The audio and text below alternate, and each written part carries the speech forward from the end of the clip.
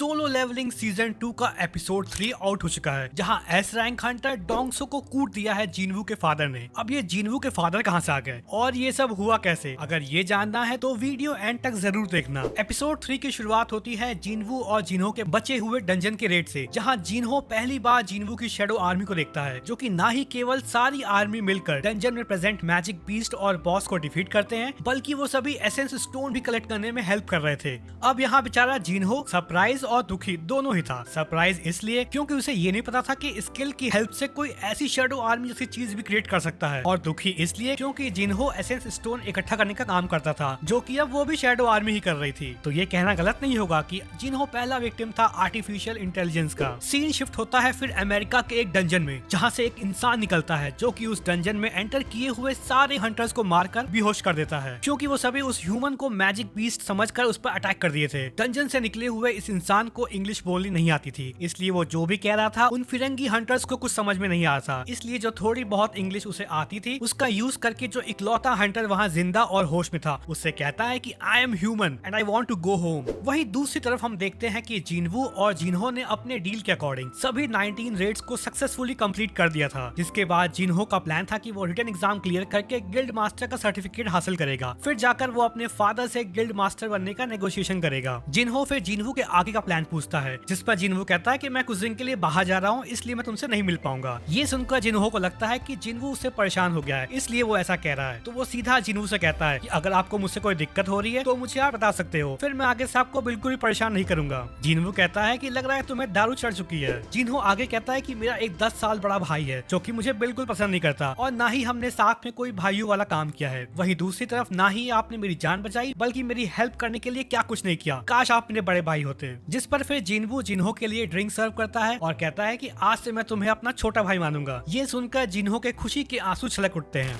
Scene shift होता है उसी मिस्टीरियस ह्यूमन की तरफ, जिसे कि अमेरिका के हंटर एसोसिएशन ने बंदी बनाकर रखा हुआ था। पूछताछ के दौरान उन्हें ये मान चलता है कि उस ह्यूमन का नाम इल्हवान संग है, जो कि खुद को एक फॉरेन हंटर बता रहा था, और 10 साल पहले गेट में फंसने के कारण वो बाहर नहीं निकल पाया। फिर किसी पॉइंट पर उसे एक एग्जिट मिला, जो कि सीधा उसे अमेरिका के डंजन के गेट के पास लाया। एसोसिएशन को ये लग रहा था कि वो इंसान नहीं एक ह्यूमनॉइड बीस्ट है, और क्योंकि उसे इंग्लिश नहीं आती थी, इसलिए उसकी बातों को समझने के लिए डोंगसो को बुलाया जाता है। डोंगसो के आने के बाद बाकी क्वेश्चनिंग होगी और डिसाइड होगा कि ये मिस्टीरियस पर्सन एक नॉर्मल इंसान है या ह्यूमनॉइड बीस्ट। सीन शिफ्ट होता है जिनवू की तरफ, जो कि अपने बहन से कहता है कि वो ट्रैवल के लिए एक हफ्ते के लिए बाहर जा रहा है। पर सच्चाई ये थी कि जिनवू को एलिक्सिर ऑफ लाइफ क्रिएट करना था। उसके लिए उसे इंग्रेडिएंट चाहिए थे ताकि वो अपने मदर को बचा पाए। इसलिए जिनवू एक बार फिर से S rank demon castle dungeon में एंटर करता है। अब क्योंकि जिनवू का करंट लेवल 60 है, इसलिए वो कॉन्फिडेंट था कि अब उसे दिक्कत नहीं आएगी। सीन वापस शिफ्ट होता है जिन्हो की तरफ, जो कि अपने फादर से नेगोशिएशन करने आया था ताकि वो गिल्ड को टेक ओवर कर सके। जिन्हो अपने बड़े भाई जिनसंग के प्लान को रिजेक्ट करते हुए कहता है कि अगर कोई बाहर का आदमी गिल्ड को चलाएगा तो कंपनी को भारी नुकसान होगा, इसलिए अगर कोई घर का आदमी टेक ओवर करे तो कंपनी भी फायदे में रहेगी। तभी जिन्हो के फादर उसके सामने एक फाइल रखते हैं और कहते हैं ये जो हंटर संग जिनवू है वो डबल डंजन, और वो रेड जिसमें डोंगसू की पूरी टीम वाइप आउट हो गई थी, और लास्ट में वो हादसा जिसमें सर्विलांस टीम ने सभी आरोपियों को मारा था। इन तीनों इवेंट में जिन्वू प्रेजेंट था, फिर भी वो सभी इवेंट से सही सलामत बाहर निकल पाया। जिन्हो के फादर आगे कहते हैं जो तुमने 19 रेड्स रन किए उन सभी में जिन्वू भी पार्टिसिपेट किया था। जो मैंने सही कहा ना? फाइनली जो रेड गेट का सामना व्हाइट टाइगर गिल्ड ने किया था कुछ दिन पहले, उसमें भी शायद जिन्वू ही सभी सर्वाइवर को सही सलामत वहाँ से बाहर निकाल कर लाया था। और तुम्हें जो ये गिल्ड मास्टर का लाइसेंस मिला है उसमें भी तुमने उसकी हेल्प ली है, फिर भी तुम कह रहे हो कि मैं तुम्हें गिल्ड टेक ओवर करने दूं। जिस पर जिन्हो कहता है कुछ भी हो जाए, इन सब के बावजूद भी मैं यही चाहता हूँ कि यूजिन गिल्ड मैं ही चलाऊं। जिन्हो के फादर कहते हैं ठीक है, अच्छा वैसे मैंने सुना है कि उस रेड गेट इंसिडेंट के बाद व्हाइट टाइगर गिल्ड जिन्वू को अपने गिल्ड में शामिल करना चाहती है, तो मेरी एक ही शर्त है, अगर तुम जिन्वू को हमारे गिल्ड में शामिल कर लो तो तुम यूजिन गिल्ड को टेक ओवर कर सकते हो। जिस पर जिन्हो उसके फादर के शर्त को मान लेता है। सीन शिफ्ट होता है जिन्वू की तरफ, जहाँ वो डंजन में अब तक फर्स्ट फ्लोर में काफी बड़ी संख्या में डीमंस को मार चुका था, पर वो नोटिस करता है कि किसी अननोन रीजन की वजह से वो उन डीमंस पर अपना शैडो एक्सट्रैक्शन स्किल अप्लाई नहीं कर पा रहा था, जिसके बाद सिस्टम उसे एंट्री परमिट प्रोवाइड करता है, जिसकी हेल्प से वो सेकंड फ्लोर की तरफ बढ़ सकता है। जिसके बाद उसे दूर एक पिलर ऑफ लाइट दिखती है, जिसे देखकर वो समझ जाता है कि ये परमिट वहीं पर यूज होगी। और क्योंकि डंजन काफी बड़ा था तो उस लाइट तक पहुंचने के लिए जिनवू आइस बियर के लीडर को समन करता है। जिनवू फिर उस आइस बियर पर बैठ जाता है। आइस बियर जब अपने सामने ढेर सारे डीमंस को देखता है तो भाई एकदम सीधा डीमंस के झुंड में घुस जाता है, जिसे देखकर जिनवू कहता है कि आज से मैं तुम्हें टैंक बुलाऊंगा। सीन शिफ्ट होता है हंटर हेन की तरफ, जो कि स्विमिंग करके बाहर निकल रही थी और उसके मन में गिल्ड मास्टर जोंग की बात चल रही थी, जहाँ जहाँ पर वो फ्लाइंग एंड की रिपोर्ट पब्लिक नहीं करना चाह रहा था, क्योंकि ये एसोसिएशन का ऑर्डर था और इसके पीछे ये रीजन था कि अगर वो रिपोर्ट पब्लिक हो गई तो लोगों में हड़कंप मच जाएगी। सीन वापस शिफ्ट होता है जिन्वू की तरफ, जो कि धीरे धीरे डीमंस को हराकर ऊपर के लेवल की तरफ बढ़ रहा था। उसे ये रियलाइज होता है कि शुरुआत में उसे एस रैंक डंजन से काफी डर लग रहा था, पर अब उसे लग रहा है कि ये सारे डीमंस अपर बी रैंक में बिलोंग करते हैं और एक लेवल से दूसरे लेवल में जाने के लिए उसे सारे डीमंस को मारने होंगे। जैसे जैसे जिन्वू ऊपर की तरफ बढ़ रहा था, डीमंस की स्ट्रेंथ भी बढ़ती जा रही थी और वो ये सोच रहा था कि जब वो पूरे 100 लेवल क्रॉस कर लेगा तब वो कितना स्ट्रॉन्ग होगा। देखते ही देखते जिन्वू 10,000 डीमन सोल कलेक्ट कर लेता है और इस समय वो 50th फ्लोर पर पहुंच चुका था, जहां जिन्वू और उसकी शैडो आर्मी का सामना वल्कन और उसकी आर्मी से होता है। वहीं गेट के बाहर बी रैंक हंटर पार्क और आन जिन्वू को ढूंढते ढूंढते उसके घर पर पहुंच चुके थे, जहां उन्हें जीना से मालूम चलता है कि वो किसी ट्रिप पर गया है। आन के रिसर्च के अकॉर्डिंग ना ही वो किसी डंजन के रेड में पार्टिसिपेट किया है और ना ही वो कंट्री छोड़कर बाहर गया है, तो अब वो भी कंफ्यूज था कि जिन्वू आखिर गया कहाँ। डीमन कासल डंजन में जिन्वू अपने शैडो आर्मी से कहता है कि बॉस को वो देख लेगा, बाकी बचे चंगू मंगू को वो अपने आर्मी के हवाले कर देता है। जिसके बाद मेजेस, आयरन, इग्रिस और बाकी सभी शैडो आर्मी फाइट में कूद पड़ती है। इस समय पर जिन्वू के पास ढेर सारे पॉइंट्स थे इंटेलेक्चुअल एबिलिटी में, जिसकी वजह से वो पहले से ज्यादा सोल्जर को समन करके उन्हें मेंटेन कर सकता था। जिन्वू जैसे ही सोचता है कि ये बॉस अब तक फाइट करने क्यों नहीं आ रहा, अगले ही पल जैसे ही जिन्वू की पलक झपकती है, वल्कन जिन्वू की शैडो आर्मी पर अटैक कर देता है। ये देखकर जिन्वू को गुस्सा आता है और वो वल्कन को एक घुसड़ मारता है, जिससे वल्कन कई सारे बिल्डिंग तोड़ते हुए दूर फेंका जाता है। ये देखकर जिन्वू सोचता है कि उसके पास इतनी ताकत कब से आ गई, उसने तो केवल नॉर्मल पंच ही मारा था। जिसके बाद वल्कन पहले उठता है और दहाड़ता है, फिर सीधा जिन्वू पर अटैक करने के लिए आगे बढ़ता है। ये देखकर जिन्वू आयरन का शील्ड यूज करके खुद को वल्कन के अटैक से बचाता है। वल्कन लगातार तेजी से शील्ड पर अटैक किए जा रहा था, जिसे देखकर जिन्वू एक सही मौके का इंतजार कर रहा था। फिर जैसे ही उसे वो मौका मिलता है, वो शील्ड वल्कन की तरफ फेंकता है और हवा में छलांग मारकर अटैक करने के लिए आगे बढ़ता है, पर यहाँ पासा उल्टा पड़ जाता है। वल्कन ने ऑलरेडी जिन्वू के मूवमेंट का अंदाजा लगा लिया था और वो उल्टा जिन्वू पर ही अटैक करने वाला था। वल्कन के अटैक से बचने के लिए जिन्वू रूलर ऑफ हैंड का यूज करता है, जिसके बाद जिन्वू प्लान बनाता है और वो वल्कन को अपने पीछे दौड़ाकर खुद एक बिल्डिंग पर चढ़ जाता है ताकि उसकी स्पीड स्लो हो जाए। फिर उसी बिल्डिंग की टॉप से छलांग मार सीधा वल्कन का सर काट कर उसे डिफीट कर देता है। सीन यहाँ शिफ्ट होता है डोंगसो और इल्हवान संग की तरफ। डोंगसो कहता है तो तुम हो वो मैजिक बीस्ट जो बोल सकता है, जिस पर इल्हवान कहता है जैसा कि मैं पहले भी कह चुका हूँ, मैं एक नॉर्मल आदमी हूँ, मैं बीस्ट नहीं हूँ। अगर तुम्हें प्रूफ चाहिए तो मैं डीएनए टेस्ट करवाने के लिए रेडी हूँ। जिस पर डोंगसो कहता है जब तक मैं कोई क्वेश्चन ना पूछूं तब तक तुम्हारी आवाज नहीं निकलनी चाहिए। डोंगसो के मना करने पर भी इल्हवान कहता है पूरे ह्यूमैनिटी या फिर तुम्हें ये गेट्स और मैजिक बीस्ट के बारे में कितना जानते हो, ये डंजन, गेट्स और मॉन्स्टर ये सब बहुत छोटी प्रॉब्लम है। असली तबाही मचाने वाली पावर जाग चुकी है और मेरा गोल उस तबाही को टालना है। इल्हवान आगे कहता है कि हंटर्स चाहे जितने भी हो, पर इस खतरे के सामने हंटर्स की संख्या कोई मायने नहीं रखती, उल्टा वो उन्हीं हंटर्स का यूज हमारे खिलाफ करेगा। इस मूवमेंट पर डोंगसो को डॉक्यूमेंट की वजह से इल्हवान के नाम और उसके फैमिली के बारे में सब पता चल चुका था। जिस पर डोंगसो पूछता है क्या तुम्हें अपने बेटे का नाम याद है, जिस पर इल्हवान जिन्वू का नाम बताता है। डोंगसो कहता है तुम्हारा बेटा मर चुका है और अगर तुम्हें कुछ उसे बताना है तो मरने के बाद तुम उसे मिलकर बता सकते हो।